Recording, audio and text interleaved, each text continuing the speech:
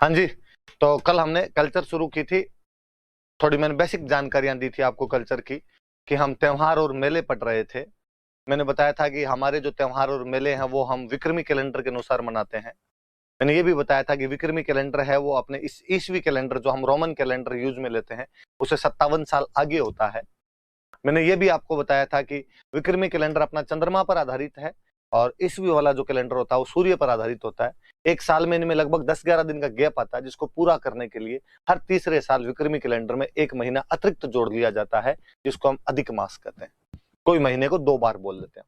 मैंने बताया था कि जो नया साल आता है वो चैत्र शुक्ल एकम को आता है, first bright day of Chaitra को आता है। मैंने ये भी बताया था कि पहला त्योहार जो आता है वो श्रावण शुक्ल तृतीया को आता है, और जो छोटी तीज होती है और जो अंतिम त्योहार आता है वो गणगौर आती है, जो कि चैत्र शुक्ल तृतीया को आती है। एक लाइन हमने पढ़ी थी कि तीज त्योहाराम बावड़ीन लेडूबी गणगौर। हम पढ़ रहे थे कि छोटी तीज का जो त्योहार है वो राजस्थान में हमारे पति पत्नी के प्रेम का त्योहार है, प्रकृति प्रेम का त्योहार है, जयपुर में सबसे अच्छा मनाया जाता है। हमने ये भी पढ़ा कि जो तीज है वो जयपुर में सबसे अच्छी होती है और इस दिन पति पत्नी के प्रेम का त्योहार है, इसलिए पति द्वारा पत्नी को जो गिफ्ट दिए जाते हैं उनको हम सिंजारा कहते हैं। महिलाएं सजती संवरती है तो महिलाओं द्वारा जो ओढ़नी ओढ़ी जाती है उसको लहरिया ओढ़नी कहते हैं। झूले वगैरह डाले जाते हैं, ऐसी कुछ बातें बताई थी। रक्षाबंधन का मैंने एक नाम और बताया था, वो था नारियल पूर्णिमा। और हमने पढ़ा था कि इस दिन श्रवण कुमार की पूजा की जाती है।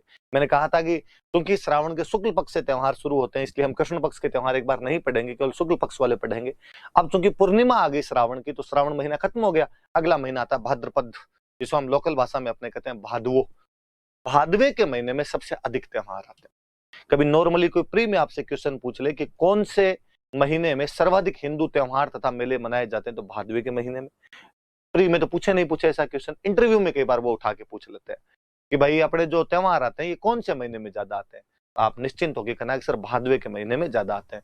अक्सर मम्मी के मुंह से कभी घरों में सुना होगा कि अक्सर बोलते रहते हैं कि भाद्रो महीनो मोटो महीनो है, कि भादवे का जो महीना है वो बड़ा महीना है तो उसमें त्योहार वगैरह ज्यादा आते हैं, इसलिए बड़ा महीना है वो अपने आप में।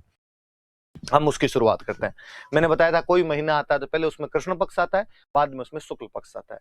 तो पहले अपने कृष्ण पक्ष वाले त्योहार पढ़ेंगे। श्रावण वाले तो इसलिए नहीं पढ़े थे क्योंकि मैंने बताया था कि शुरुआत ही किससे होती है, शुरुआत छोटी तीज से होती है और छोटी तीज शुक्ल पक्ष में आता है, इसलिए मैंने शुक्ल पक्ष ले लिया था। हम घूम के आएंगे, श्रावण पे पहुंचेंगे, भाद्रपद के तो हम पढ़ेंगे।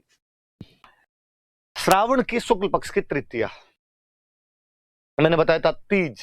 तीज का मतलब होता है मां पार्वती, मां पार्वती की सवारियां वगैरह निकाली जाती है। श्रावण की शुक्ल पक्ष की तृतीया के 15 दिन बाद भाद्रपद की कृष्ण पक्ष की तृतीया आ जाती है। श्रावण की शुक्ल पक्ष की तृतीया को हम कल पढ़ रहे थे, उसको कहते हैं छोटी तीज। भाद्रपद की बड़ी पक्ष भाद्रपद की कृष्ण पक्ष की जो तृतीया आती है इसको हम कहते हैं बड़ी तीज। बड़ी तीज कहते हैं। भादवे का महीना बड़ा महीना है तो इसकी तीज भी क्या हो जाएगी, बड़ी तीज हो जाएगी। बड़ी तीज है तो धीरे धीरे हमने गांव में इसका नाम लेना शुरू कर दिया बूढ़ी तीज। बूढ़ी तीज भी है।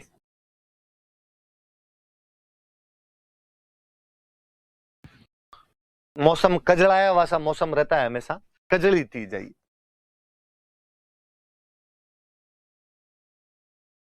घरों में सातू बना बना के खाते हैं इसलिए सातुड़ी तीज है। 4 नाम है भाई, चारों याद रखना। इसे बड़ी तीज भी कहते हैं, इसे बूढ़ी तीज भी कहते हैं, इसे कजली तीज भी कहते हैं, सातुड़ी तीज भी कहते हैं। सत्तू बना के खाते हैं। आप में ज्यादातर लोगों ने सत्तू खाए होंगे, नहीं खाए तो हो सकता है आप उसको सत्तू नहीं बोलते हैं, कुछ और बोलते होंगे, बाकी खाए पक्का होंगे। मुझे बचपन जब भी याद आता तो सत्तू घरों में बनाए जाते थे और ज्यादा तो खाए नहीं जाते, घी भी ज्यादा होता था, पता नहीं उनमें क्या हुआ करता था, तो अटक जाते थे, यहाँ पे चिपक जाया करते थे। और उनके ऊपर यदि हाथों हाथ को ठंडा पानी पी लिया करते मटके का तो बाद में गला और खराब सा यूं हो जाया करता था। तो सत्तू बनाते थे, वो बड़ी तीज पे सत्तू बनते थे, तो इसको सातुड़ी तीज भी कहा जाता है। तो भादवे वाली जो कृष्ण पक्ष की तीज आएगी इसको बड़ी तीज कहते हैं, इसी को बूढ़ी तीज कहते हैं, इसी को कजली तीज कहते हैं और इसको सातुड़ी तीज कहते हैं। जैसे मैं बता रहा था कि छोटी तीज का जो त्योहार है वो सबसे अच्छा मनाया जाता है अपने जयपुर में। मैं सेम ये कहूं कि बड़ी तीज का त्योहार सबसे अच्छा मनाया जाता है बूंदी, कि बूंदी की बड़ी तीज सबसे अधिक प्रसिद्ध है। मैं कभी जब खुद खुद याद किया करता था क्योंकि यार कैसे याद रहेगा कि तीज कहाँ कहाँ की फेमस है, तो फिर याद करते कि प्रजामंडल सबसे पहले जयपुर और बूंदी में बने थे, तो तीज भी सबसे अच्छी है जो जयपुर और बूंदी में होती है। तो छोटी तीज जयपुर के अंदर होती है, बड़ी तीज बया से, बड़ी तीजन बया से बूंदी, तो ऐसे यूं टाबर थे तब नई नई तैयारी शुरू की थी, उस टाइम के अंदर ऐसा यूं बना लिया करते थे। तो जयपुर और बूंदी में तीज सबसे अच्छी होती है। जयपुर में जो होती है वो तो छोटी तीज है, और बूंदी में होती है ये कौन सी होती है, बड़ी तीज होती है। फिर आया कि यार बूंदी वाले बड़ी तीज क्यों नहीं मनाते, छोटी तीज क्यों नहीं मनाते, बूंदी वाले छोटी तीज मना ले। तो फिर ऐसी कहानियां घटनाएं हैं कि पहले जो तीज माता की सवारियां हुआ करती थी, ये राजमहलों से निकलती थी, और जब राजमहलों से तीज माता की सवारी निकलती तो बाकायदा साथ में सैनिक वेशभूषा के अंदर सैनिक जाया करते थे, राजा रानी राजकुमार खुद भाग लेने के लिए जाया करते थे। रानियां तो हालांकि महिलाएं भाग नहीं लिया करती थी, घर से बाहर नहीं निकलती, पर्दा प्रथा होती, पर पुरुष तो जाया करते थे। कहते बूंदी का एक बार राजकुमार तीज माता की सवारी के साथ गया हुआ था, और जब तीज माता का विसर्जन कर रहे थे तो राजकुमार का पैर फिसल गया, पैर फिसलने से राजकुमार की झील में डूबने से मृत्यु हो गई। छोटी तीज के दिन की बात है।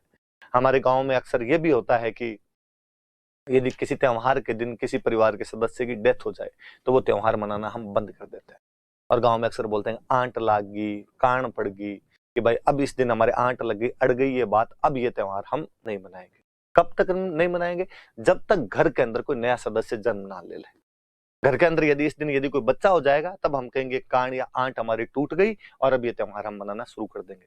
अब इसका अगला पक्ष मुझे बहुत अच्छा लगता है कि घर में नया सदस्य आ जाए, घर में कोई नया बच्चा पैदा हो जाए। नए बच्चे की इस परिभाषा को हमने बहुत लंबे तक फैलाया, हमने उसको व्यापक किया, और हमने कहा नया सदस्य मतलब यदि गाय भैंस के भी बच्चा हो गया ना तो भी हम तो वो आंट तोड़ देंगे, और गाय भैंस के बच्चे को भी हम तो समझ लेंगे कि भाई अब हमारे आंट टूट गए, हम ये त्योहार मना लेंगे।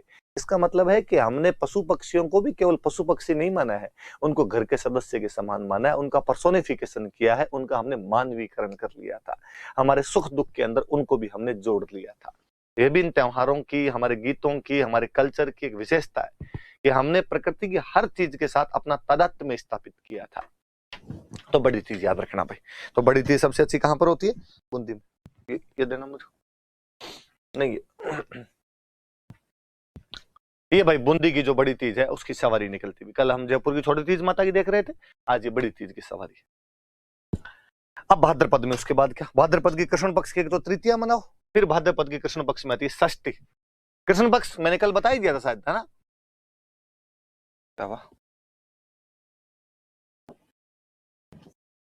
अच्छा, डार्क फोर्टनाइट,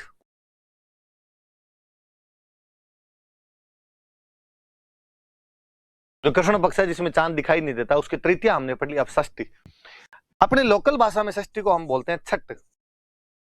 क्या बोलते हैं? छठ कहते हैं इसको। अंग्रेजी में आप छठ लिखिए, या आप चाहो तो इसको सिक्स्थ डे लिख सकते हैं, जो भला लगे वो लिख लो अपने। षष्ठी या छठ, छठा दिन है कुल मिला के बात ही। दो चीज होती है, एक तो अपने बोलते हैं इसको ऊब छठ, और एक अपने इसको कहते हैं हल छठ। और जब हल छठ कहते हैं तो हम इसका साथ एक नाम और जोड़ते हैं, हम कहते हैं ये बलराम जयंती।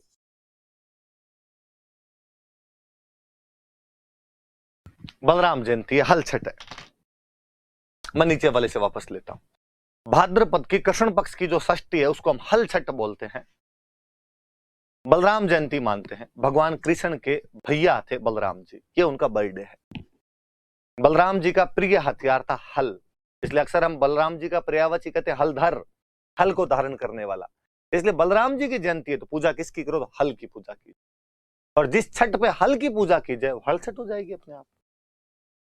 तो हल छठ बलराम जयंती होती है, ये भाद्रपद कृष्ण षष्ठी होती है। एक फिर अपने पश्चिमी राजस्थान का साइड का एक व्रत है उबो, मारवाड़ी भाषा में उबो मतलब खड़ा, लड़कियां खड़ी खड़ी व्रत करती है, इसलिए उब छठ हो गई। कि बाकी व्रत जो है उन व्रत के अंदर तो आप केवल खाना नहीं खाना है आपको, और चांद देखने के बाद में खाना खाना। इस बार एक शर्त आपने और जोड़ी साथ में, और आपने कहा कि साथ में खड़ा भी रहना, और खड़े रहते हुए व्रत करना है, और शाम को चांद को देख के खाना खाना है। लड़कियां खड़ी खड़ी व्रत करती है, इसलिए इसका नाम क्या पड़ गया, उब छठ। उब छठ नाम पड़ गया इसका, तो ये भी याद रख लेना भाई। तो दो त्योहार हो गए अपने इस दिन, दो चीज हो गई, एक तो उब छठ, खड़े रह के व्रत किया जाता है तो उब छठ, हल की पूजा की जाती है क्योंकि बलराम जी का बर्थडे था तो हल छठ। अब कभी इंटरव्यू वगैरह में कोई आपसे पूछ ले कि भाई अपने राजस्थान में एक त्योहार आता है जिस दिन लड़कियां खड़ी रह के व्रत करती है, बैठती नहीं है उस दिन, तो वो कौन सा व्रत है? तो आप कह दोगे कि सर वो हल छठ है, उब छठ है। अगला पूछ लेगी उब छठ आती कब है? तो आप कह देना भाद्रपद की कृष्ण पक्ष की जो षष्ठी आती है, जो छठा दिन होता है, जो छठ होती है, उसको हम उब छठ कहते हैं। हालांकि कि खड़ी क्यों रहती है, व्रत क्यों किए जाते हैं, तो टारगेट एक ही है कि अच्छे पति की कामना के लिए व्रत किए जाते हैं। मुझे लगता है यार लड़कियां खूब ही करती है कि खड़ी रहती है, व्रत करती है, खाना नहीं खाती है, टारगेट एकमात्र लक्ष्य पे पूरा ध्यान कि अच्छे पति की कामना के लिए किया जाए। पर वो कितने खड़े रहो, कितने खाना नहीं खाओ, मिलने तो वो कि वो बोमी है, तो क्यों फालतू में खड़ा रह जाए, क्यों ये सब किया जाए? तो उब छठ है भाई, तो उब उब रह के वो खाना खाना होता है। तो आप तो जैसे जो करना वो कर लिया जाए। पर मैं आसपास में देखता हूँ कि यार मिलने तो ये कि डाकी है, इनके लिए खड़ा होना पड़ता है और फल तो नहीं मिल रहा है। इसका मतलब या तो कहीं ना कहीं चूक हो रही होगी, या तो लड़कियों उस चूक को देखिए कहाँ चूक कर पा रहे हो आप, और या व्रत को फिर बंद किया जाए इसको तो कम से कम। तो हल छठ या उप छठ ये ध्यान रखना कि बलराम जयंती होती है, हल की पूजा करते हैं। प्लग जो होता है, हल जो होता है, उसकी पूजा की जाती है। उसको बलराम जी का हथियार है इसलिए पूजते हैं उसको उस दिन। अब बलराम जी का बर्थडे षष्ठी को, सप्तमी निकली, एक दिन बाद अष्टमी को भगवान कृष्ण का बर्थडे आ जाए। दोनों भाई भाई के बर्थडे पास पास में थे। षष्ठी को मनाए बलराम जी अपना बर्थडे और अष्टमी को मना ले भगवान कृष्ण अपना बर्थडे।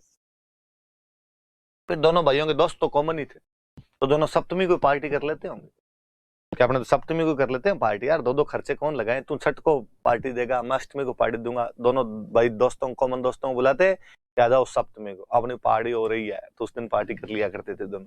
याद रखना भाई, कृष्ण जन्माष्टमी कोई नहीं पूछे आपसे, आ गई तो मैंने आपको पढ़ा दी। भगवान कृष्ण का जन्म होता हुआ, जन्म के बाद में जब नंद बाबा लेके जा रहे थे तो उस समय का सीन है। कृष्ण जन्माष्टमी भगवान कृष्ण का जन्म है। अब कृष्ण पक्ष की नवमी, नवमी को होती गोगा नवमी। पश्चिमी राजस्थान के एक लोक देवता है गोगा जी महाराज, तो गोगा जी महाराज का दिन होता है, तो गोगा नवमी होती। हम राखियां बांधते हैं रक्षाबंधन को, अक्सर हम सारे जानते हैं कि रक्षाबंधन को राखियां बांधी जाती है। राखियां खोलते हैं गोगा नवमी को, बांधने के 9 दिन बाद राखियां खोली जाती है। और गांव में तो बड़ा त्योहार होता है गोगो। अक्सर मैं देखता हूं कि नई नई लड़कियों की जिनकी शादी होती है, वो जब पहले सावन में घर आई हुई होती है, तो सावन खत्म होते ससुराल वालों के फोन आए कि भाई भेजो सावन खत्म हो गया। तो अक्सर गांव के अंदर कहते हैं कि रुको भाई 9 दिन तो रुको, गोगे के बाद भेजेंगे। गोगा बड़ा त्योहार है, गोगे पे राखियां खोली जाती। तो वैसे सामान्यतः गोगे पे राखियां खोल देते हैं, पर किसान इस दिन अपने हल के राखी बांधता है। वापस हल आ रहा है देखो, किसान हल को राखी बांधता है। चूंकि नवमी होती है इसलिए 9 गांठ लगाता है। तो पूछा जाए कि किसानों द्वारा हल को राखी कब बांधी जाती है, तो नवमी को बांधी जाती है। कितनी गांठ लगाई जाती है, तो 9 गांठ लगाई जाती है। कौन सी नवमी को बांधी जाती है, तो भाद्रपद कृष्ण नवमी को बांधी जाती है। कौन सी नवमी होती है, तो गोगा नवमी होती है। 2 जगह मेले लगते हैं। वैसे तो गोगा जी जब पढ़ेंगे तब हम और पढ़ेंगे, बाकी मैं यही थोड़ी बात बताऊं। 2 जगह मेले लगते हैं। चूरू में एक जगह पड़ती है ददरेवा, यहां पर मेला लगता है। हनुमानगढ़ में एक जगह पड़ती है गोगा मेड़ी, यहां पर मेला लगता है।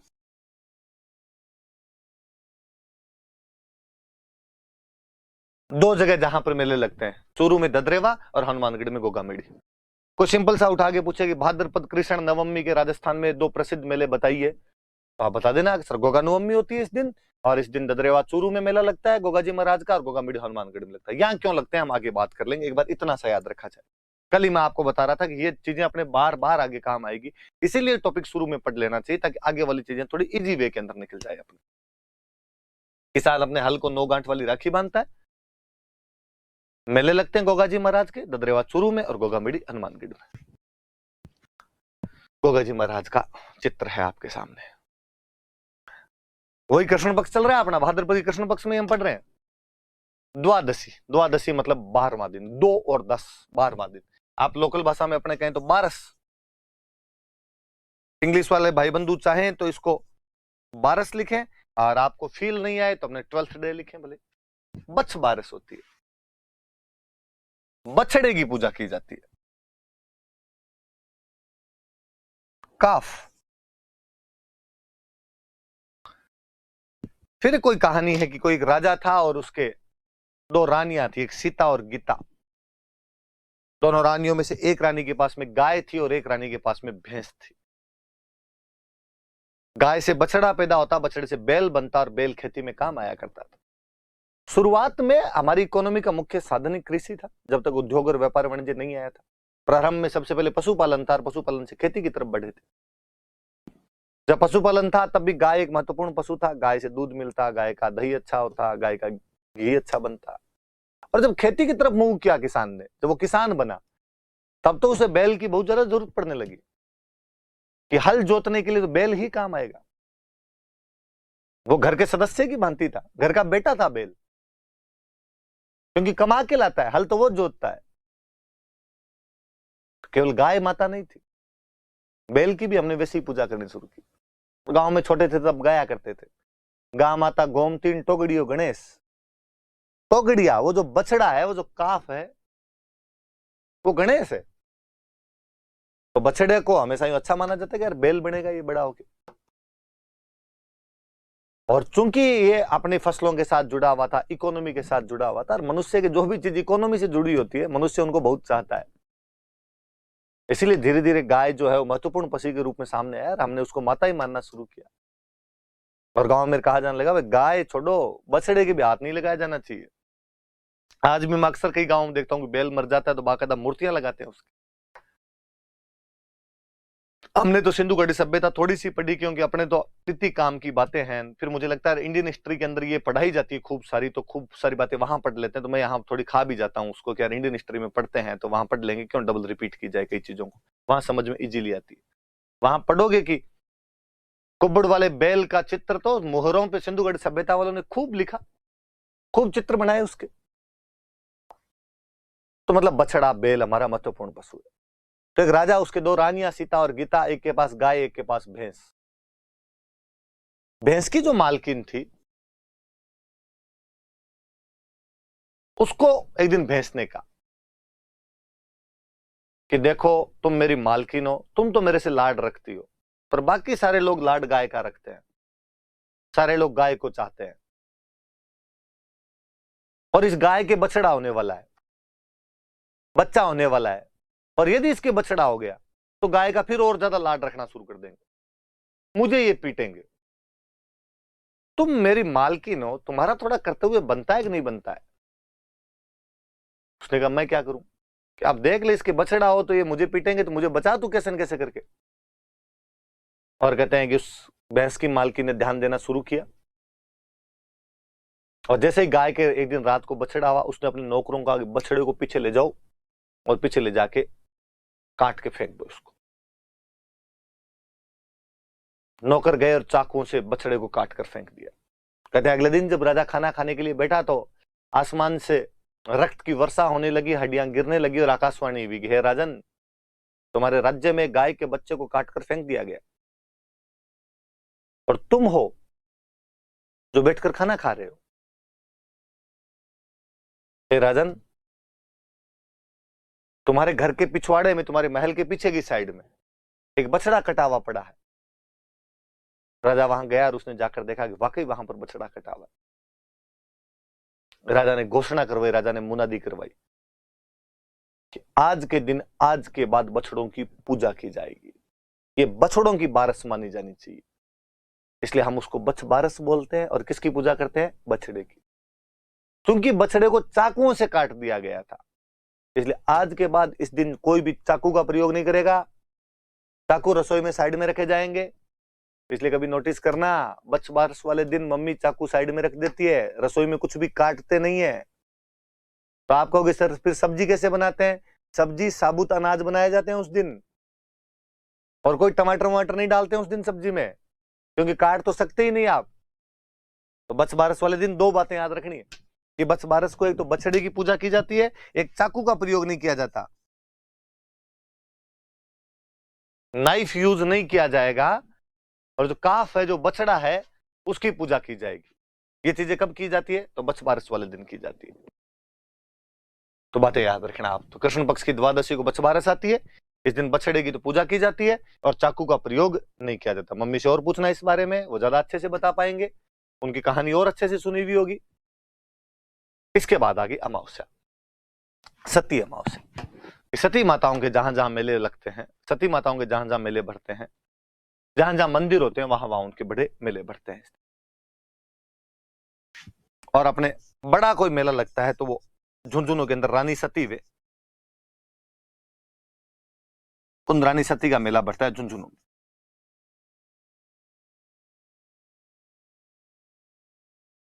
दोनों बातें याद रखनी। रानी सती का मंदिर कहां पे है? तो झुंझुनू के अंदर है। रानी सती का मेला कब लगता है? तो भाद्रपद की अमावस्या को रानी सती का मेला लगता है। मैं यही दो चार बात और बताऊं तो, ये जो रानी सती थे, इनका वास्तव में नाम था नारायणी देवी। इनके पति का नाम था तन धन दास अग्रवाल, और अपने पति के साथ में सती हुए थे। तन धन दास अग्रवाल के साथ में सती हुए थे। सतियों की रानी कहते हैं हम इनको, सतियों की दादी भी कहते हैं, दादी सती भी कहा जाता है। आपके दिमाग में एक रानी सती थे कौन, तो याद रख लेना कि वास्तव में नाम तो इनका नारायणी देवी था। अपने पति तन धन दास अग्रवाल के साथ में सती हो गए थे। इन्हें हम दादी सती भी कहते हैं, सतियों की रानी मानते हैं। इनका मेला झुंझुनू में लगता है और भाद्रपद अमावस्या को लगता है। अमावस्या आते कृष्ण पक्ष खत्म हो जाएगा आपका। आपने पता नहीं नोटिस किया कि नहीं किया, पर मैं बताऊं आपको, कृष्ण पक्ष में खूब सारे हमने त्योहार पढ़े, पर त्योहारों का सीरीज ये है। कृष्ण पक्ष के जो भी त्योहार पड़े वो 3, 6, 9, 12, 15 है। 3 का पहाड़ है। 3 बड़ी तीज, बुढ़ी तीज, सातुड़ी तीज, कजली तीज, बूंदी में अच्छी। छठ, उब छठ, हल छठ या बलराम जयंती। नवमी, गोगा नवमी, 9 गांठ वाली राखी हल्के बांध दो, बाकी अपनी राखियां खोलते हैं।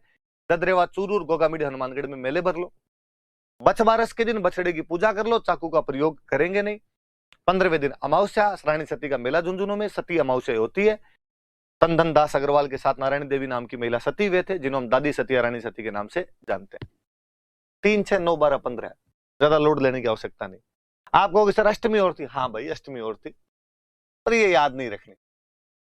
कोई नहीं पूछे कृष्ण जन्माष्टमी कब आती, बलराम जयंती जरूर पूछ लेगा, उसे पता है क्या कृष्ण जन्माष्टमी इसको याद है, क्या करूंगा मैं पूछ के। इधर तो 3, 6, 9, 12, 15 और कुछ नहीं। अब अपने आ जाओ शुक्ल पक्ष पे। शुक्ल पक्ष पे आ गया। अब शुक्ल पक्ष पढ़ेंगे भाद्रपद। कृष्ण पक्ष खत्म कर लिया हमने, अब कृष्ण पक्ष वाले में कुछ ही नहीं लिखेंगे और खाली पड़ा रहेगा, शुक्ल पक्ष वाले पढ़ेंगे। शुक्ल पक्ष में द्वितीया, और द्वितीया को बोलते हैं बाबरी बीज। द्वितीया को नॉर्मल अपने राजस्थानी में यदि बोले तो अपने कहेंगे दूज। आप कहोगे सर द्वितीया दूज है, हाँ भाई द्वितीया दूज है।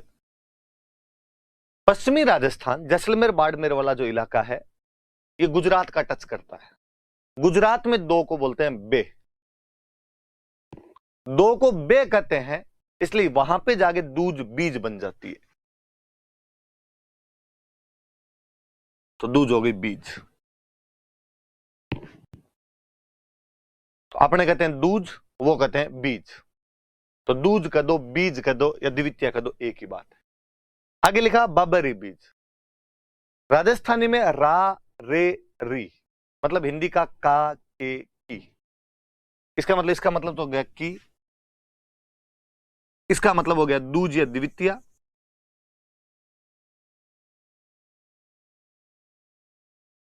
पर बाबा कौन? कोई जो बाबा, बाबा रामदेव।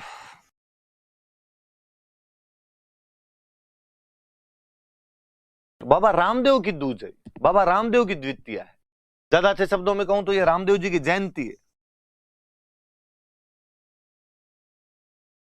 प्लीज कोई बाबा रामदेव कहते ये मत समझ लेना जो पेट को अंदर बाहर करता है, और आपको लगे ओ नो बाबा रामदेव की भी जयंतियां मनाने लग गए क्या लोग।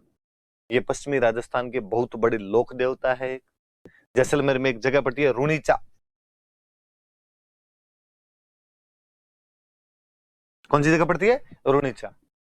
वहां पर बाबा का मेला लगता है बहुत बड़ा। द्वितीया से शुरू होता है, एकादशी तक चलता है। मैं बताऊंगा एकादशी तक क्यों चलता है आगे, जब रामदेव जी पढ़ेंगे तब। द्वितीया से शुरू करके एकादशी तक। Second bright day of Bhadrapada से शुरू होता है, 11th bright day of Bhadrapada तक चलता है। इतने पैदल यात्री जाते हैं, इतनी भीड़ होती है, इतनी भयंकर भीड़ होती है कि जोधपुर से आगे के जितने बस स्टैंड है, जोधपुर से आगे के जितने रेलवे स्टेशन है, उन पर तिल रखने की जगह नहीं होती। रोड की साइड के अंदर जातरू जातरू होते हैं, पैदल यात्री खूब सारे मिलेंगे। हम कहते हैं इतनी भीड़ या तो कुंभ के मेले में करते हो या मारवाड़ में रामदेव जी के मेले में करते हो। हम कहते हैं बाबा रामदेव का जो मेला है ये मारवाड़ का कुंभ है।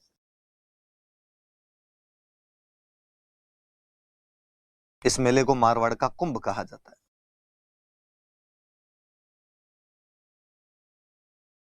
तो द्वितीय और बाबरी बीज है जो रामदेव जी की जयंती होती है। बाबा यहाँ पे रामदेव जी है, बीज का मतलब दूज है, रामदेव जयंती होती है। जिसका मेला जैसलमेर में एक जगह पड़ती है रुणीचा, वहां पर द्वितीया से शुरू होता है, एकादशी तक चलता है। आगे हम पढ़ेंगे द्वितीया को उनका जन्म हुआ था, जो कि नाम से पता चल रहा है रामदेव जयंती।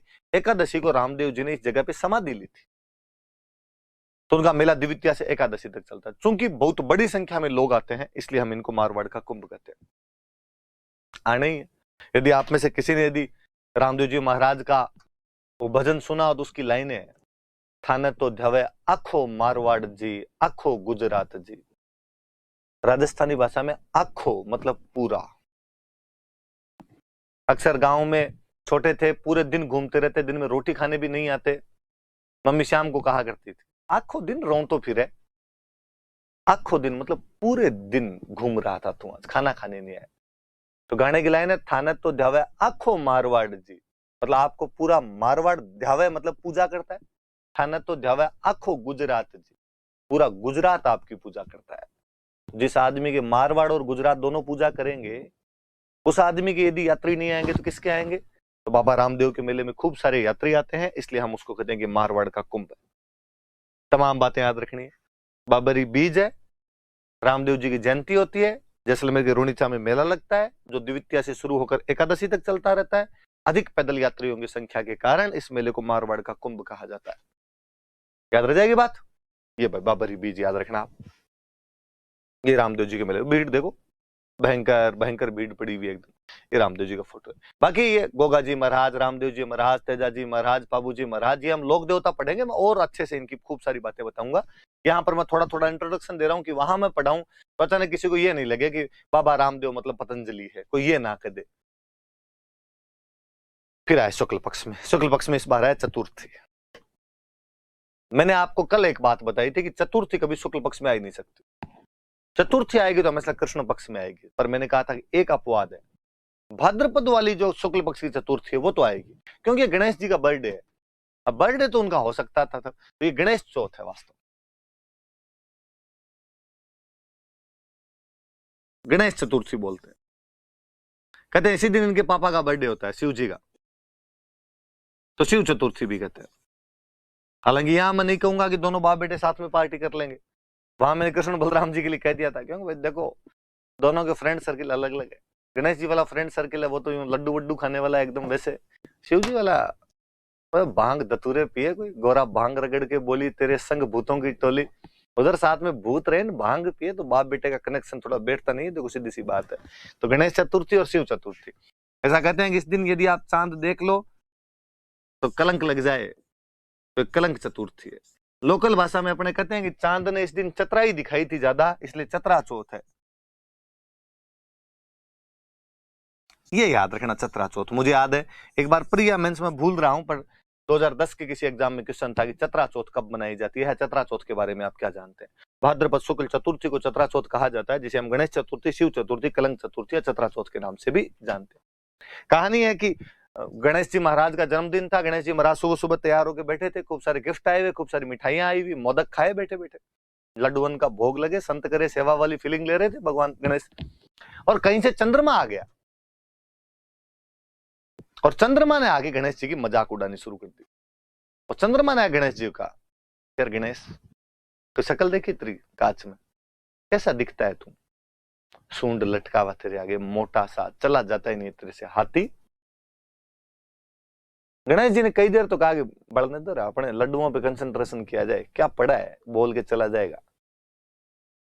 चंद्रमा ने और यूं कुचरनियां करनी शुरू की। चंद्रमा ने, मुझे देख, कूल डूड, हैंडसम एकदम, हर आदमी मेरे के अंदर खुद की जान देखता है, एक तू देख ले। कभी कोई कहता है कि हमें गणेश जैसा बॉयफ्रेंड मिले? सब कहते हैं हमें चांद मिले। लड़के लड़कियां दोनों चांद की कामना करते। गणेश जी गुस्सा आया और गणेश जी ने कहा कि गोरे रंग पे ना इतना गुमान कर कि घमंड, तुझे रूप का घमंड है तेरे। जा चंद्रमा, आज के दिन यदि तुझे कोई देख लेगा तो उस पर चोरी का आरोप लगेगा, कलंक लग जाएगा। लोग आज के दिन तो तेरा चेहरा देखना भी पसंद नहीं करेंगे। और हम कहते हैं कि चौथ का चांद यदि देख लिया जाए तो कलंक लगता है, इसलिए कलंक चतुर्थी है। कहते इस कलंक से तो भगवान कृष्ण नहीं बच पाए थे। उन्होंने एक बार चौथ का चांद देख लिया था और उन पर आरोप लगा कि श्यामंतक मणि उन्होंने चुरा लिए। पता चला यार, भगवान कृष्ण ऐसा कैसे कर सकते हैं, वो क्यों चुराएंगे ये चीज।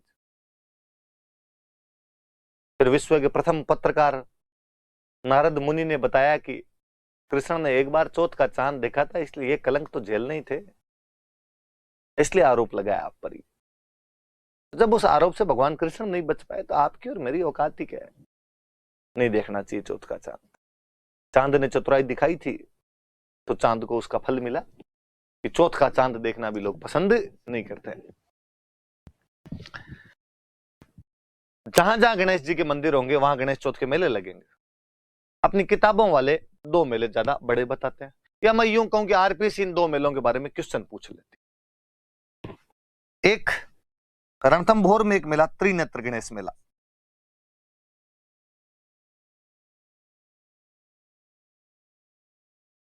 त्रिनेत्र गणेश मेला लगता है रणथंभौर में।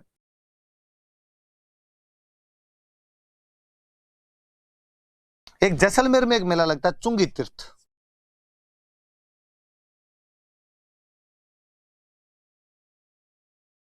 चुंगी तीर्थ मेला जैसलमेर, ये थोड़ा याद रखना, जैसलमेर वाला चुंगी तीर्थ, क्योंकि त्रिनेत्र गणेश वाला ज्यादातर लोगों को पता होता है, चुंगी तीर्थ वाला इतना पता नहीं होता। आगे शायद इसमें फोटो होनी भी चाहिए। ये है त्रिनेत्र गणेश मेला रणथंभौर, त्रिनेत्र गणेश का फोटो है और यही है रणथंभौर वाला लिया हुआ है, तीन नेत्र दिखाए हुए, और ये चुंगी तीर्थ वाला दिखाया हुआ है, जैसलमेर के अंदर दिखाया चुंगी तीर्थ मेला। तो पानी वानी, जैसलमेर में भी पानी आ रखा है, देखो पास में कोई नदी वदी का होता होगा, पहाड़ तो इस चक्कर में आ जाता होगा पानी। तो ये गणेश जी की मूर्ति है। ये एक बार मुझे याद है किसी एग्जाम के अंदर पूछा हुआ भी था, ये याद रखना। ये गणेश चतुर्थी के चार नाम, गणेश चौथ, शिव चौथ, कलंक चौथ और चतरा चौथ। त्रिनेत्र गणेश का मेला रणथंभौर में लगता है, चुंगी तीर्थ का मेला जैसलमेर के अंदर। अब मैं बात बताऊं, अक्सर आप जब किताबें कोई पढ़ते हो तो कई किताबों में ऐसा लिखा आता है कि शादी का पहला निमंत्रण त्रिनेत्र गणेश को भेजा जाता है।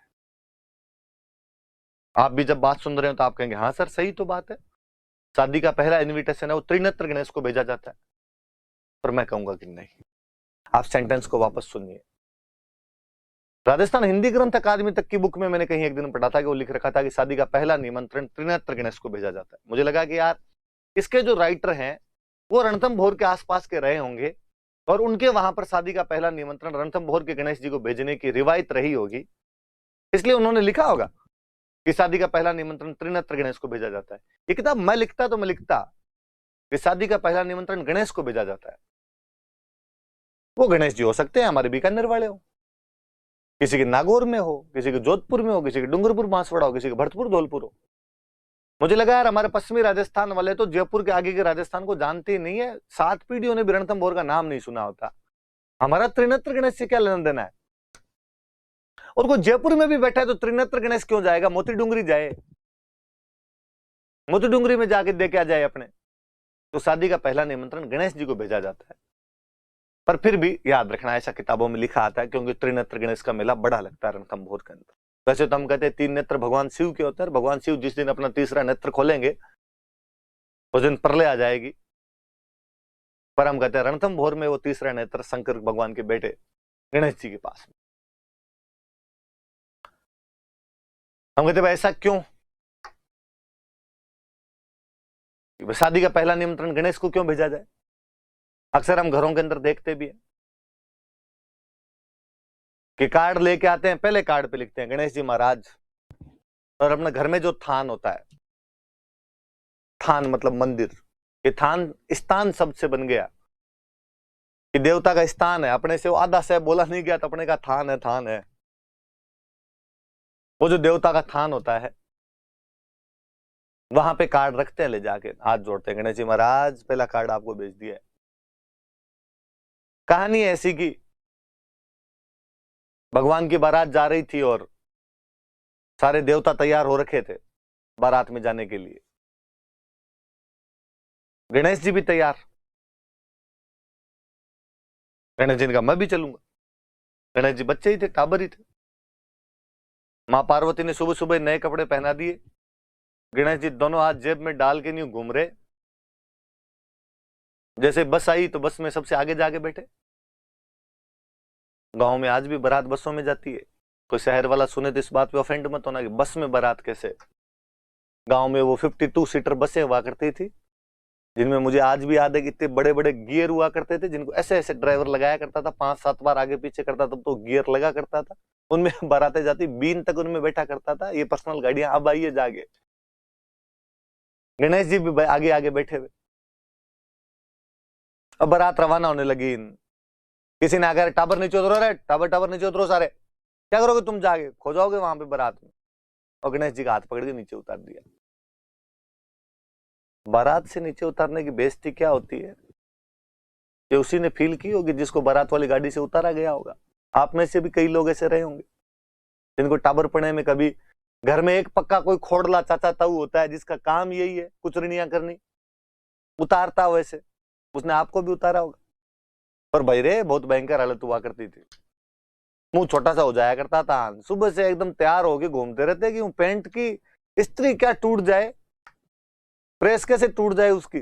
और फिर अचानक कोई नीचे उतार देता। फिर रोते रोते आते मम्मी के पास। मम्मी भी क्या करती, मम्मी कहती अगली बार पक्का भेजूंगी, मैं लेके चलूंगी तेरे को। पर अपने तो भाई टाबर होते, कुछ कर नहीं पाते। गणेश जी तो महाराज, गणेश जी को नीचे उतारा। गणेश जी गुस्सा है। गणेश जी ने अपने सिपाहियों को ऑर्डर दिया कि सिपाहियों जाओ और रास्ते खोद दो। सिपाही कौन, तो गणेश जी के सिपाही चूहे। चूहे गए, चूहों ने जाके हाईवे खोद दिया पूरा। बारात जैसे आगे पहुंची, ड्राइवर ने गाड़ी रोक दी। ड्राइवर ने कहा साहब रास्ता खराब है, मैं नहीं जाऊंगा आगे। नीचे उतर के देखा तो आगे चूहों ने पूरा रास्ता खोद रखा। पूछा चूहों से भाई क्या हुआ रे, तुमने रास्ता क्यों खराब कर दिया। चूहों ने कहा कि साहब जब तक भाई नहीं जाएगा ना बारात को आगे नहीं जाने देंगे। तुम क्या सोच रहे थे बिना भाई के गीगली लेके आ जाओगे, लाओ देखिए बींदनी कितनी की लेके आते हो। वापस गए, गणेश को राजी किया, गणेश प्लीज चल। गणेश ने कहा अब नहीं जा रहा मैं, अब तुम शादी करके देख लो मेरे बिना कैसे होती। और थोड़े नोरे के हाथ जोड़े, कहा गणेश को कि गणेश तेरे को दूल्हे के पास बिठाएंगे, एकदम साथ ही रहना तू दूल्हे के। फिर तुझे कौन उतारेगा, दूल्हे को तो कोई उतारने से रहा, तो तेरे को भी कोई नहीं उतारेगा। तब गणेश जी राजी वीर बिठाए गए। और उस दिन भगवान विष्णु ने कहा कि हे गणेश, आज के बाद इस मृत्यु लोक में जब कभी भी किसी की शादी होगी तो शादी का पहला निमंत्रण गणेश को भेजा जाएगा, तुझे सबसे पहले याद किया जाएगा। हे गणेश, शादी के जब कार्यक्रम शुरू होंगे तो सबसे पहले तेरी स्थापना की जाएगी। हे गणेश, आज के बाद जब भी कोई दूल्हा बनेगा तो उसके साथ हमेशा तू रहेगा। अपने कहते हैं विनायकियो, और जो छोटा सा बच्चा साथ में घुमाते रहते विनायकियो कहते हैं, तो गणेश जी का पर्यायवाची है विनायक। बांध बैठना मतलब विनायक स्थापना है। शादी का पहला कार्ड है तो विनायक जी को है। और गांव में अभी तक ध्यान रखते हैं कि बस में एक सीट खाली छोड़ते हैं, भाई यहाँ विनायक जी विराजेंगे। और घर के कोई जो सीनियर सज्जन है, जो ताऊ जी दादाजी कोई है, तो बारात रवाना होते टाइम बाकायदा मंदिर में थान में जाके हाथ जोड़ते हैं, गणेश जी महाराज आप पधारो, सीट खाली है, बैठो, कोई विघ्न नहीं पड़ना चाहिए। विघ्न हरता है वो गणेश। और दूल्हे के पास में बिठाया जाए उसको एकदम। और वही है जी, आजकल अपने कल्चर भूलने लग गए। आजकल दूल्हे की गाड़ी अलग हो गई। अब दूल्हे वाली गाड़ी में सीट कौन छोड़े, क्योंकि दूल्हे वाली गाड़ी में दूल्हे के दोस्त ही नहीं, कमी आने दे, वो इतने ज्यादा हो जाते। फिर मुझे कई बार लगता है कि आजकल गणेश जी ने खुद ही कह दिया कि मैं दूल्हे वाली गाड़ी में नहीं बैठूंगा यार, क्योंकि दूल्हे के दोस्त होते हैं सारे दारूड़ी है। और गणेश जी ने कहा मैं इन दारूडियों के बीच में आज बैठूं कल बैठूं, जगह हो तो कहीं दूसरी जगह बिठा लो, मैं बस के पीछे लटक के आ जाऊंगा, इन दारूडियों के बीच में नहीं बैठूंगा मैं। आजकल भाई गणेश जी के थोड़ी दिन खराब चल रहे हैं इस मामले के अंदर। बाकी याद रखना, बारात जाए तो गणेश जी महाराज की सीट छोड़ी जाए, बस विघ्न हरता देवता को साथ में लेके जाया जाए, तब शादी बिना किसी विघ्न के कंप्लीट होगी, बिना किसी विघ्न के पूर्ण होगी। तो गणेश जी का शादी का पहला निमंत्रण भेजा जाए। गणेश जी के दो बड़े मेले, त्रिनेत्र गणेश मेला और चुंगी तीर्थ मेला। चुंगी तीर्थ जैसलमेर के अंदर है, त्रिनेत्र गणेश रणथंभौर में। मैंने दोनों आपको दिखाए, त्रिनेत्र गणेश और ये चुंगी तीर्थ, दोनों याद रखना। फिर आए पंचमी। हम भाद्रपद शुक्ल द्वितीया पढ़ रहे थे, बाबरी बीज। हम भाद्रपद शुक्ल चतुर्थी पढ़ रहे हैं, गणेश चौथ, शिव चौथ, कलंक चौथ और चतरा चौथ। हम पंचमी पढ़ेंगे, ये ऋषि पंचमी।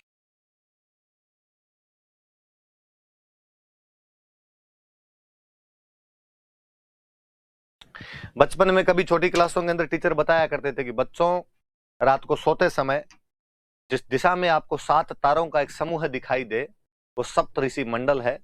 वहां ध्रुव तारा है जो हमेशा उसी दिशा के अंदर रहेगा। बच्चों, उस दिशा को उत्तर दिशा कहते हैं।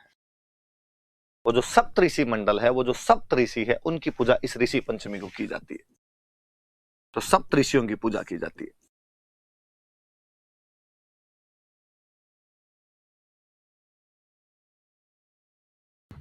अपने बाकी सब रक्षाबंधन मनाते हैं श्रावण की पूर्णिमा को। एक समाज है माहेश्वरी, वो अपना इस दिन रक्षाबंधन मनाता है। उनके कोई राजा बलि से जुड़ी हुई घटना है, उनकी रक्षा इस दिन की गई थी, इसलिए उन्होंने कहा हम हमारा रक्षाबंधन इस दिन मनाएंगे। माहेश्वरी समाज का रक्षाबंधन है।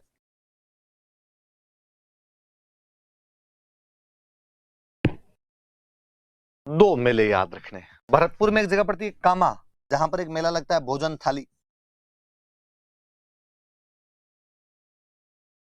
भोजन थाली मेला, कामा, भरतपुर। पश्चिमी राजस्थान में एक लोक देवता अपने नागौर में, हरिराम जी महाराज। हरिराम जी का मेला लगता है नागौर में, एक जगह पड़ती है जोरडा।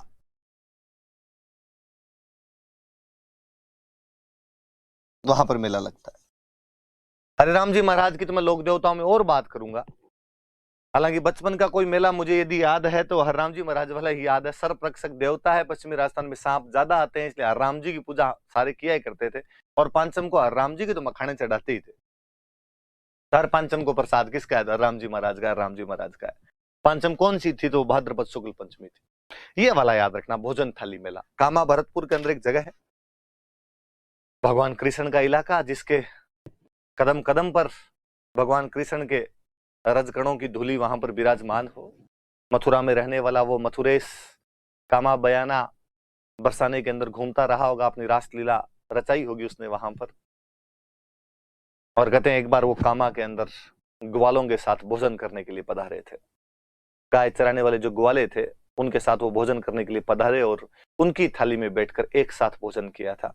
उस दिन की याद में आज भी कामा में भोजन थाली मेला लगाया जाता है। लोकल कामा क्षेत्र का एक मेला है। भरतपुर भगवान कृष्ण से इतना अधिक जुड़ा हुआ है कि वहां पर यह मेला होना स्वाभाविक सी बात है, कोई बड़ी बात नहीं। मुझे घटना याद आती है कि 2008 के आसपास में जब भोजन थाली मेला चल रहा था, अक्सर आपने देखा होगा कि हमारे जो मेले होते हैं ये मनोरंजन के केंद्र होते हैं। कुश्तियां, दंगल, वो डॉलर हिंडे, झूले, वो सब इन मेलों के अंदर ही आया करते थे। और मैं तो जब बचपन को याद करता हूं तो मुझे याद आता है कि थिएटर भी सबसे पहले मेलों में ही देखा था। वीसीआर पे मूवी दिखाया करते थे, 5 रुपए लेके वो मूवी दिखाई जाती थी, 3 रुपए 5 रुपए लेके। तो मनोरंजन के केंद्र थे वो मेले। भोजन थाली मेले के दौरान कामा के अंदर कुश्ती का दंगल चल रहा था। कुछ युवा लड़के पानी की एक टंकी पर चढ़े हुए थे। बदकिस्मती या दुर्भाग्यवश वो टंकी गिर जाती है। उस लड़कों की उस टंकी के नीचे दबकर मृत्यु हो जाती है। उस साल आरपीसी का ये करंट का क्वेश्चन था कि हाल ही में कौन से मेले को देखते समय टंकी गिरने से युवकों की मृत्यु हो गई या दुर्घटना हो गई। हमने पढ़ा कि भोजन थाली मेला। 2-3 साल बाद आरपीसी ने उस क्वेश्चन को चेंज करते हुए, घुमाते हुए पूछा कि भोजन थाली मेला कब मनाया जाता है? भाद्रपद शुक्ल पंचमी। हो सकता है कभी वो आपसे पूछेगी कहां मनाया जाता था? कामा भरतपुर के अंदर। तो ऋषि पंचमी होती है, सप्त ऋषियों की पूजा करते हैं। ये माहेश्वरी समाज का रक्षाबंधन है। कामा में भोजन थाली मेला और झोरड़ा नागौर में हरिराम जी महाराज का मेला होता है। हरिराम जी महाराज जोरडा बताया हुआ। लोक देवता पढ़ेंगे तब और पढ़ेंगे।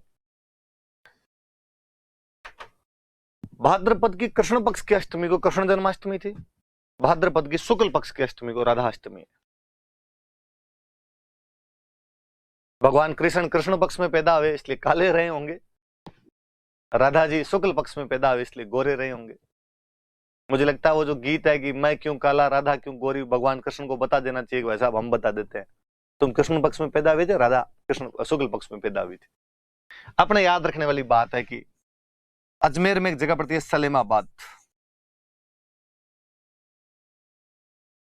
यहां पर निम्बार्क संप्रदाय का मेला लगता है। ये याद रखने वाली बात है कि कौन से सेक्ट का मेला लगता है यहां पे, तो निम्बार्क सेक्ट जो है, निम्बार्काचार्य जी महाराज की बात हम मिडेवल हिस्ट्री के अंदर करेंगे। इस मेले की और बात, इस संप्रदाय की और बात जब मैं संत और संप्रदाय पढ़ूंगा तब आपसे करूंगा। तो निम्बार्क संप्रदाय याद रखना आपने। मेला मैंने बताई दिया आपको, सलेमाबाद अजमेर के अंदर, सलेमाबाद अजमेर में जगह पड़ती है। भाद्रपद कृष्ण अष्टमी, कृष्ण जन्माष्टमी है, भाद्रपद शुक्ल अष्टमी है तो राधाष्टमी। राधाष्टमी का मेला कहां पर है, तो निम्बार्क संप्रदाय का सलेमाबाद अजमेर। ये आपके राधा कृष्ण की फोटो है। निम्बार्क संप्रदाय वाले ये मानते हैं कि राधा जो थे वो भगवान कृष्ण की पत्नी थे।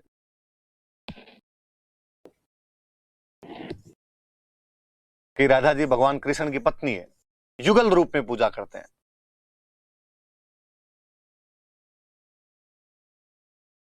कपल,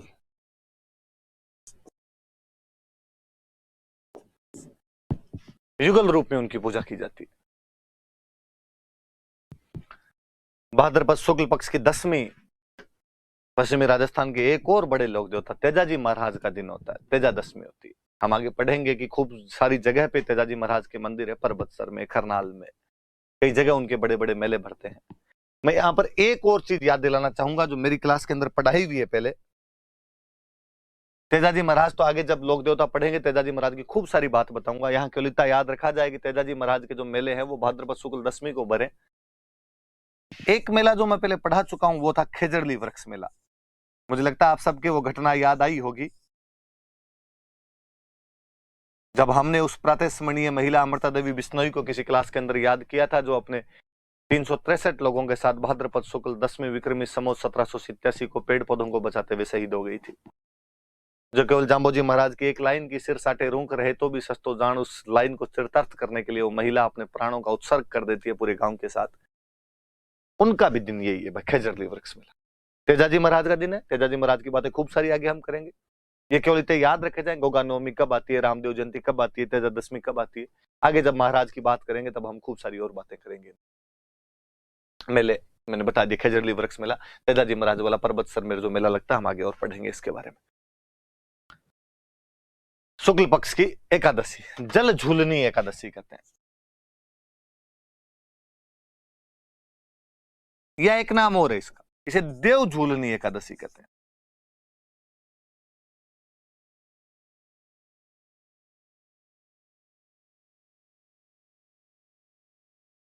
जल झूलनी एकादशी कह दो या आप देव झूलनी एकादशी कह दो इसको। मैं सिंपल शब्दों में कहूं तो मैं कहूं कि भगवान कृष्ण का जड़वा पूजन है, कि भगवान कृष्ण को पहली बार इसी दिन स्नान करवाया गया था। अष्टमी को पैदा हुए, इस जल झूलनी एकादशी को जल में झुला के लाए, उस देवता को झुला के लाए। इसलिए आज भी गांव में जितने ठाकुर जी के मंदिर होते हैं, ठाकुर जी मतलब भगवान कृष्ण, वहां से भगवान कृष्ण की मूर्तियां लेके जाते हैं और उनको स्नान करवा के लाते हैं।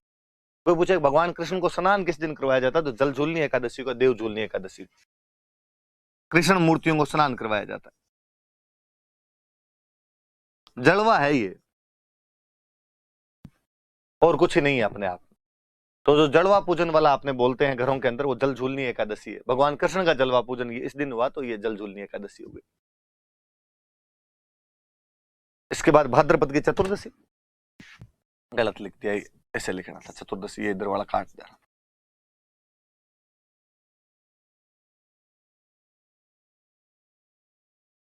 अनंत चतुर्दशी है। चतुर्थी के दिन गणेश जी महाराज को घर में स्थापित करते हैं, 10 दिन रखते हैं, चतुर्दशी वाले दिन गणेश जी महाराज का विसर्जन करते हैं, इमर्जन किया जाता है उनका, बहा के आते हैं उनको, विसर्जन करते हैं उनका। महाराष्ट्र का बहुत बड़ा त्योहार है। मराठी जोर जोर से गाते हैं, गणपति बप्पा मोरिया, अगले बरस तू जल्दी आ। तो जो गणेश जी की मूर्तियों का विसर्जन है वो अनंत चतुर्दशी के दिन किया जाता है। फिर पूर्णिमा आती है और पूर्णिमा से एक श्रृंखला शुरू होती है जिसको हम श्राद्ध बोलते हैं।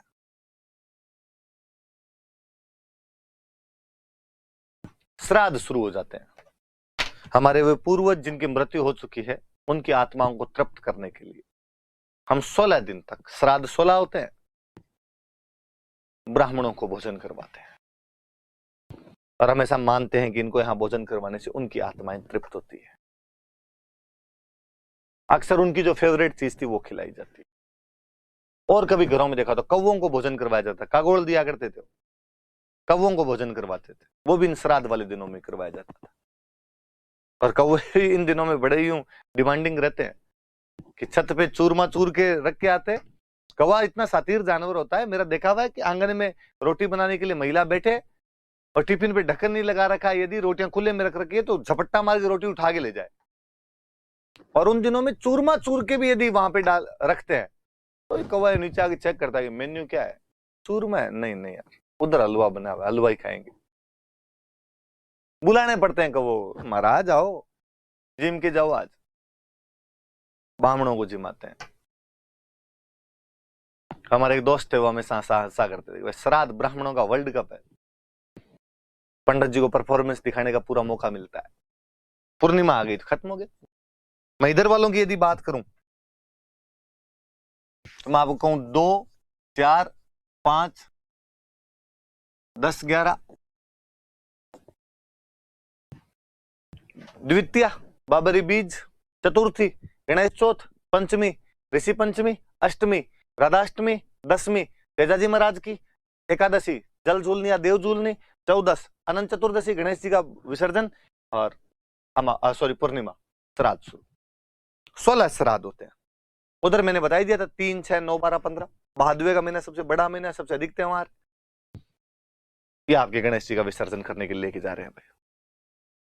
आश्विन अगला महीना, पहले कृष्ण पक्ष, कुछ ही नहीं होगा, पूरा श्राद्ध पक्ष है। मैंने अभी बताया कि 16 श्राद्ध होते हैं। एक पूर्णिमा को निकल गया, अगला पूरा पखवाड़ा, पूरा फोर्टनाइट, 15 दिन श्राद्ध ही होंगे, पूरे में श्राद्ध फोर्टनाइट होगा।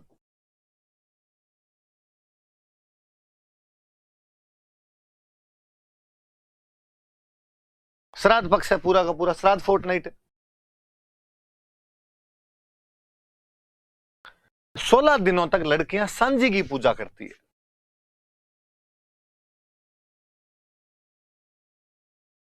गांव में लोकल भाषा में कहते हैं सिंधिया माता, कि सिंधिया माता की पूजा की जाती है।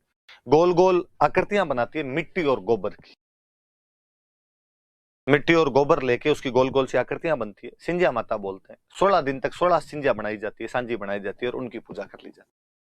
कोई पूछे कि श्राद्ध पक्ष में किसकी पूजा की जाती है, तो सांझी की पूजा की जाती है, सिंधिया माता की पूजा की जाती है। किसकी बनती है सांझी, तो मिट्टी और गोबर की सांझी बनती है।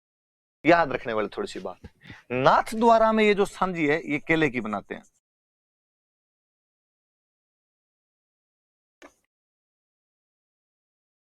नाथ द्वारा में केले की सांझी बनाई जाती है। उदयपुर में एक मंदिर है, मत्स्येंद्र नाथ मंदिर, और वो जो उदयपुर का मत्स्येंद्र नाथ मंदिर है उसका तो नाम ही सांझी का मंदिर है। श्राद्ध पक्ष के दौरान सांझी की पूजा की जाती है। सांझी मिट्टी और गोबर की बनाई जाती है। नाथ द्वारा में केले की सांझी बनती है। याद रखना इस बात का, मैं आगे चित्रकला में फिर बताऊंगा कि नाथ द्वारा की चित्रकला में केले के पौधे ज्यादा बनाए गए थे। इसका मतलब नाथ द्वारा वाले वल्लभ संप्रदाय का केले से कोई ना कोई लेना देना है। और उदयपुर में मत्स्येंद्र नाथ मंदिर है जहां की सांझियां खूब अच्छी अच्छी बनती है, तो उसको सांझी का मंदिर कहा जाता है।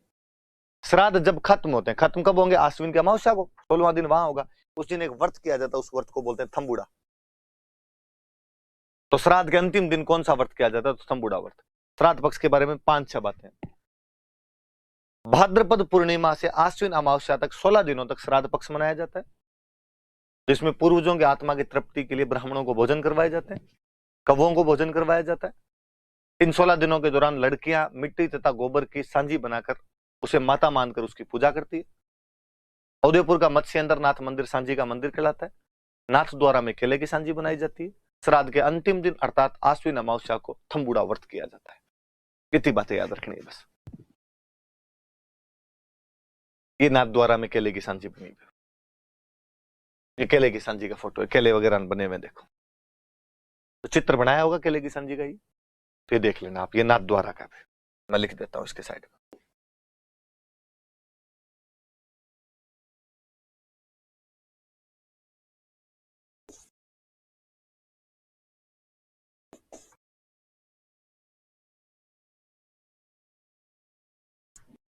नाथ द्वारा में केले की सांझी। श्राद्ध पक्ष पूरा कृष्ण पक्ष खा गया और कृष्ण पक्ष में कुछ है ही नहीं। आप नोटिस भी करना, कभी श्राद्ध में कोई शुभ काम नहीं होते। शुभ काम छोड़ो, डोकरे तो घरों से बाहर नहीं जाते थे, गांवतरा नहीं करते थे, सामान खरीद के नहीं लाया करते थे। भाई रे श्राद्ध कोई शुभ काम नहीं करना। 16 दिन तो एकदम चुपचाप रहो। जैसे श्राद्ध खत्म हो, शरद ऋतु आ रखी होती है, इसलिए नवरात्रे शुरू होते हैं, शारदीय नवरात्रे या शरद नवरात्रा हम कहते हैं उनको। आश्विन शुक्ल एकम से नवरात्रे हमेशा शुक्ल पक्ष में आएंगे। आश्विन में शरद ऋतु चल रही होती है, इसलिए शारदीय नवरात्र आते हैं। तो शारदीय नवरात्र शुरू हो जाते हैं, शरद नवरात्र का तो एक ही बात है। नवरात्रे मुझे बताने की आवश्यकता नहीं, 9 दिन तक चलते। नवरात्रों में अष्टमी हमेशा महत्वपूर्ण होती है। हालांकि इस अष्टमी को बंगाल में बहुत बड़ा त्योहार होता है, दुर्गाष्टमी। अपने तो यहां पर कोई विशेष होता नहीं। अपने घरों में यज्ञ करते हैं, स्वाहा वाला यज्ञ किया जाता है, होम बोलते हैं अपने घरों में, होम, इसलिए होमाष्टमी है ये अपने तो। बाकी बंगालियों का बहुत बड़ा त्योहार है, वहां पे दुर्गाष्टमी है। आश्विन में जो शुक्ल पक्ष की अष्टमी आती है उसको दुर्गाष्टमी कर दो या होमाष्टमी कर दो। नवरात्रि खत्म होते हैं नवमी को, और 10वीं के दिन हम विजयदशमी दशहरा मनाते हैं। हम कहते हैं भगवान राम ने इस दिन रावण को मारा था। हम कहते हैं ये बुराई पर अच्छाई की जीत है, ये पाप पर पुण्य की जीत है। हम हथियारों की पूजा करते हैं इस दिन। खेजड़ी का पेड़ अपना मुख्य पेड़ था, तो खेजड़ी की पूजा करते हैं।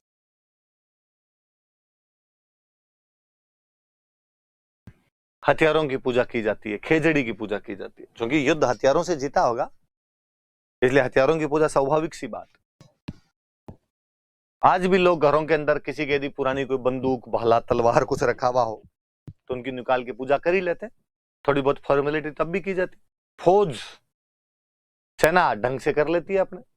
राजा महाराजाओं के टाइम में मैंने जब सामंती व्यवस्था पढ़ा रहा था तब भी मैंने बताया था कि दशहरा मुख्य त्योहार हुआ करता था। अक्सर तो जो राजा महाराजा थे वो दशहरे पर अपनी सेना लेके निकला करते थे, आसपास के क्षेत्र वगैरह जीतने की कोशिश किया करते थे। पर मुझे लगता है अब तलवार पूजने से क्या मतलब है, अब तलवार का टाइम थोड़ी। अब यदि पूजा करनी है आपको तो पेन की पूजा की जाए। तो पेन लाए जाए, 5-10 पेन लेके आ जाओ, 5-5 रुपए वाले ले आओ भाई, ज्यादा क्यों लाओ, अपने भांत बनती ले, रंग बिरंगी ले आओ थोड़े, 5-10 पेन रखो, उनकी अगरबत्ती कर लो। लोकतंत्र का हथियार पेन है। आप जब आप पढ़ाई कर रहे हैं तो आपकी किस्मत पेन से बदलेगी। जब आप एसडीएम लग जाएंगे तब किसी की किस्मत बदलना चाहेंगे तो भी पेन से बदले। अब यदि पूजा की जानी चाहिए तो तलवार बंदूकों की तो नहीं होनी चाहिए, जिनके यूज आते हैं वो करें, बाकी पेन की पूजा की जाए। और हम सब तो चूंकि विद्यार्थी हैं इसलिए अपने लिए तो महत्वपूर्ण चीज ये है, ये कलम भाग्य उदय कर सकती है आपका। इसलिए प्रिय विद्यार्थियों, इस दशहरे को सब लोग पेन की पूजा करेंगे। वास्तव में कर लेना, सद्बुद्धि आएगी, भगवान देखेंगे ऊपर बैठे बैठे, सिलेक्शन करवा देंगे इस बार आपका। खेजड़ी की पूजा करते हैं, हथियारों की पूजा करते हैं। खेजड़ी तो अपना मुख्य वृक्ष है, राजस्थान का तो स्टेट ट्री और है, अपने ले दे कि खेजड़ी ही था जी, और वृक्ष ही कौन सा था अपने आप, और कहां अमरूद की पूजा करते तो अपने। फिर अब आपकी मान डाकण कुण कर, हमने खेजड़ी की भी प्रशंसाएं की, और हमने कहा साहब खेजड़ी खेजड़ी थोड़ी, खेजड़ी का कोई भी ऐसा अंग नहीं है जो काम ना आए। हमने कहा उसकी जड़ें और उसकी छाल दवाइयां बनाने के काम आती है, स्किन डिजीज की दवाइयां बनती है, चर्म रोग की। हमने कहा लकड़ी कुछ ही काम लो, फर्नीचर के काम लो, जलाने के लिए काम में लो। उसकी पत्तियां तो गांव में तो लूंग है, भेड़ बकरियां खाती वही है। उसका फल तो सांगरी। और मुझे लगता है यार शहर वालों को कई बार बड़ा थैंक यू बोलने का जीव करता है कि शहर वालों आपने हमारे गांव की सांगरी को जो इज्जत बख्शी है, इस बात के लिए कोटि कोटि प्रणाम आपको। वरना बापड़ी सांगरी की गांव में क्या इज्जत। यहां पता चलता है यार सांगरी मार्केट में 1000 रुपए किलो मिलती। क्या बात है, वो इतनी इतनी महंगी। गांव में सांगरी वाली रुत में मम्मी महीने भर तक सुबह शाम सांगरी बनाती है। हाथ जोड़ने पड़ते हैं कई बार तो चिबड़ी खिला दे, चिबड़ी मतलब काचर, तो मिर्च रगड़ के खिला दे, इस सांगरी से तो पीछा छुड़ा। और शहर के अंदर आके वही सांगरी शादियों में बनती है। शादियों में जिसके सांगरी की सब्जी लोग तारीफें करते हैं, अरे बड़ा खर्चा किया था उन्होंने। कैसे भाई, क्या खर्चा किया? अरे जो सांगरी की सब्जी थी। मैं कहूं गांव में किसी बारात को यदि सांगरी की सब्जी खिला दो, लोग धूड़ फेंक के जाए, धूड़। शर्म नहीं आई, मंगतों ने सांगरी खिलाई, कोई ढंग की सब्जी नहीं बची थी उनके। तो ये किस्सा तो मैंने कभी पहले बताया होगा आपको। मैं नया नया तैयारी करने के लिए आया था इधर, क्लास में कोई लोकल जयपुर के दोस्त बन गए। जयपुर में यहां कोई एक रेस्टोरेंट है चौकी ढाणी नाम करके, और उसने एक दिन मुझे कहा यार इस बार संडे को चौकी ढाणी चले अपने। मुझे लगा यार भगवान जाने क्या ढाणी वाणी नाम ले रहा है, तो क्यों वहां क्या है? क्यों रेस्टोरेंट है, अच्छा होटल है, खाने वाली होटल है। हाँ वहां ऐसा क्या है कि वहां चले? उसने कहा वहां ना झोंपड़े बने हुए हैं। अच्छा फिर वहां ना नीचे बिठा के खाना खिलाते हैं। हाँ जी। आगे का बाजरे की रोटी और सांगरी की सब्जी खिलाते हैं, वहां पे मजा आ जाता है। मैंने कहा भाई ये मजे मैंने तो 20 साल लिए हैं गांव में, और मजे नहीं थे, सजा है सजा। तू ही खाई, बाजरी खा खा के कंठ छुल जाते हैं। रात को सूखी हुई सुबह वापस दे दिया करते थे। तुम शहर वाले कभी कभी खाते हो, इसलिए तुम्हें लगता है कि वाह टेस्ट चेंज करने के लिए आज बाजरी खा लेते हैं। डेली डेली खानी पड़े ना तो पल्ले पड़ जाए चीजें। और सांगरी क्यों, मुझे तो याद आता है सांगरी सूख जाती तो बनते थे खोखे, दोनों जेब में भरे हुए, सुबह शाम सारे दिन खोखे खाते वो। तो खेजड़ी भाई अपना वो वृक्ष है जिसके हर चीज काम में आए, तो खेजड़ी की पूजा करें। हम कहते हैं दशहरे सबसे अच्छे, राजस्थान के अंदर यदि कहीं दशहरा होता है तो वो तो होता है कोटा। अपने कोटा का दशहरा बहुत फेमस है। और भारत में सबसे अच्छा दशहरा कहीं पर हो तो मैसूर, मैसूर का दशहरा प्रसिद्ध है। दशहरे पे एक और बात कि दशहरे पे लीलटास पक्षी के दर्शन करने चाहिए, और लीलटास पक्षी के दर्शन करो तो शुभ माने जाते हैं।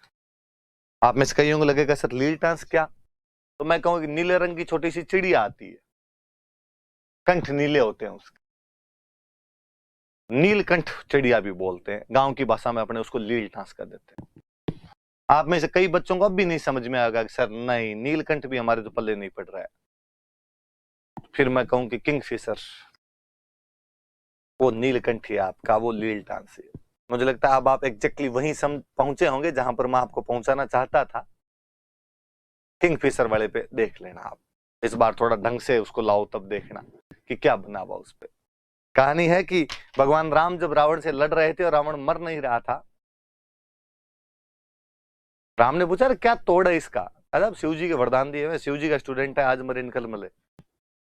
भगवान राम ने भगवान शिव की आराधना की, शिव प्रकट हुए, कहा बोलो क्या चाहिए। प्रकट क्या हुए मतलब राम जी ने शिव जी की आराधना की और शिव जी कहा कि महाराज स्टूडेंट आपका है, कोई तो कमी बताओ इसकी जिसे मारा जाए, मर ही नहीं रहा है। और कहते शिव ने नीलकंठ पक्षी के रूप में दर्शन दिए। देवताओं और दानवों के समुद्र मंथन में जब जहर निकला था तो उस हलाहल को पीने वाले भगवान शिव थे, इसलिए उनके कंठ नीले पड़ गए थे, इसलिए हम उन्हें नीलकंठ के रूप में याद करते हैं।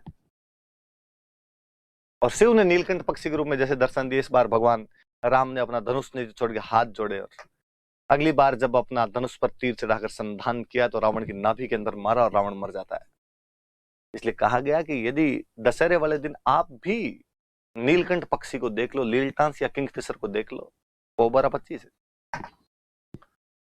हम जब पढ़ा करते थे, नागौर के एक पंडित जी आया करते थे हमेशा हमारे साथ में, वो एक अक्सर कहानी सुनाया करते थे। क्लास में सर ने कहा कि लीलटांस पक्षी को इस दिन देखा जाए तो दर्शन शुभ माने जाते हैं। बच्चों ने क्लास में पूछा सर कैसे, दिलीप सर ने कहा यार देखते हैं तो बस अच्छे होते हैं। पंडित जी खड़े और पंडित जी ने कहा सर मैं बताता हूँ। फिर पंडित जी एक कहानी सुनाते थे। कहानी क्या था, जोक टाइप का था कि एक बार कोई किसान था और अकाल पड़े, कई साल तक कर्जा हो गया किसान की बहुत ज्यादा, भांडे बिकने की नौबत आ गई। किसान पंडित जी के पास गया और पंडित जी जाकर पंडित जी यार हाथ दे के कोई इलाज बताओ कि कर्जा खत्म हो, राम जी राजी हो, बरसात हो, फसलें हो, घर में लुगाई टाबर लड़ते हैं यार, घाटे की लड़ाई है, टाबरों की कोई सगाई ब्याह नहीं हो रहे हमारे तो। पंडित जी ने पतड़े देख के पंडित जी ने कहा कुछ नहीं करना आपने तो, दशहरे वाले दिन लील टांस देख लेना, पो 12-25 है। उसने कहा पक्का खाली लील टांस देखना, अरे कि तू देख तो सही। किसान भाई उस दिन सुबह सुबह एकदम धोले चिट्टे पहन के निकला, पूरा जंगल घूम गया, लील टांस नहीं दिखे कहीं पर। उसको लगा यार काम तो कठिन है, और कठिन काम पूरा होता है तब वास्तव में फल मिलता है। चलता गया जंगल में, आगे एक कोई लील टांस मरी भी पड़ी थी। और किसान ने कहा ये तो पूछना ही भूल गया कि जिंदा देखनी थी कि मरी भी देखनी थी। फिर किसान ने कहा छोड़ो, अपने इसको जेब में डाल लेते हैं, देखते नहीं है अभी तो, पंडित जी से जाके पूछ लेंगे, मरी भी देखनी होगी तो देख लेंगे, नहीं से वापस आया पंडित जी को आका, पंडित जी पूछना तो भूल ही गया था कि जिंदा देखनी थी कि मरी भी देखनी थी। पंडित जी ने कहा मरी भी देख मत लेना, 7 पीढ़ियां बर्बाद हो जाएगी, है वो भी बिक जाएंगे, लुगाई टबर तेरे को ठोकेंगे, कुछ भी नहीं बचेगा, कर्जा सिर पे और हो जाएगा। किसान ने लील टांस मरी भी जो जेब में डाल रखी थी निकाल, इनका पंडित जी हम तो बर्बाद हो ही गए, अब तुम और थोड़े देख लो इसको, बर्बाद हो जाओ। तो वो बात है भाई, तो लील टांस देखी जानी चाहिए, पर जिंदा देखनी है, आप मरी भी मत देख लेना लील टांस। ये लील टांस, कन्हैयालाल सेठिया ने इस लील टांस पक्षी पर एक बहुत अच्छी कविता लिखी, उस कविता का नाम ही लील टांस है। कभी कोई आपसे पूछेगी लील टांस नामक कविता किसके द्वारा लिखी गई, तो राजस्थानी भाषा के एक मूर्धन्य साहित्यकार कन्हैयालाल सेठिया, जिनके बारे में हम आगे और खूब सारी बातें पढ़ेंगे। बात आई तो बात की बात में हमने कहा कि इनके कविता का नाम लील टांस है। कोटा दशहरा का मेला आप देखिए, वाकई कितना भयंकर भीड़ वाला मेला है, तो बड़ा मेला लगता है।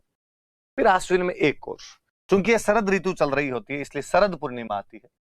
कहते हैं वैसे तो हर पूर्णिमा को चंद्रमा पूरा होता है, लेकिन वास्तव में पूरा चंद्रमा होता है तो शरद पूर्णिमा का होता है। हम कहते हैं वो अपनी परास पूरी करता है, अपनी रेंज पूरी करता है, इसलिए हम उसको रास पूर्णिमा कहते हैं। अक्सर यदि गांव में आपने सुना हो तो कि इस दिन यदि खीर बनाकर खाई जाए, तो अक्सर खीर बनाते हैं उसको चांद की रोशनी में रख देते हैं कि इस दिन चांद की रोशनी से अमृत बरसता, फुल मून है ये, वास्तव में चंद्रमा पूरा इस दिन है, अपनी 64 कलाएं पूरी कर लेता हो, डायमेंशन आयाम पूर्ण होते हैं उसके। पर यदि वो अमृत बरसने वाली खीर खाई जाएगी, चंद्रमा की रोशनी में अमृत बरसता है, तो आंखों की रोशनी तेज होती है। मेले लगते हैं इस दिन। मारवाड़ के अंदर मारवाड़ फेस्टिवल मनाया जाता है, मारवाड़ महोत्सव जोधपुर में, या उसका एक नाम और मांड महोत्सव। मैं आगे बताऊंगा मांड क्या होता है, एक बार केवल याद किया जाए।